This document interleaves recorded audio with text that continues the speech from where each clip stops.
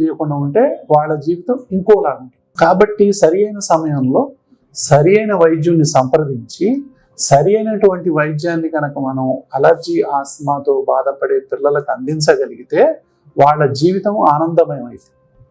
లేకపోతే తల్లిదండ్రులు ప్లస్ వాళ్ళు జీవితాంతం ఇబ్బందులు పడతారు.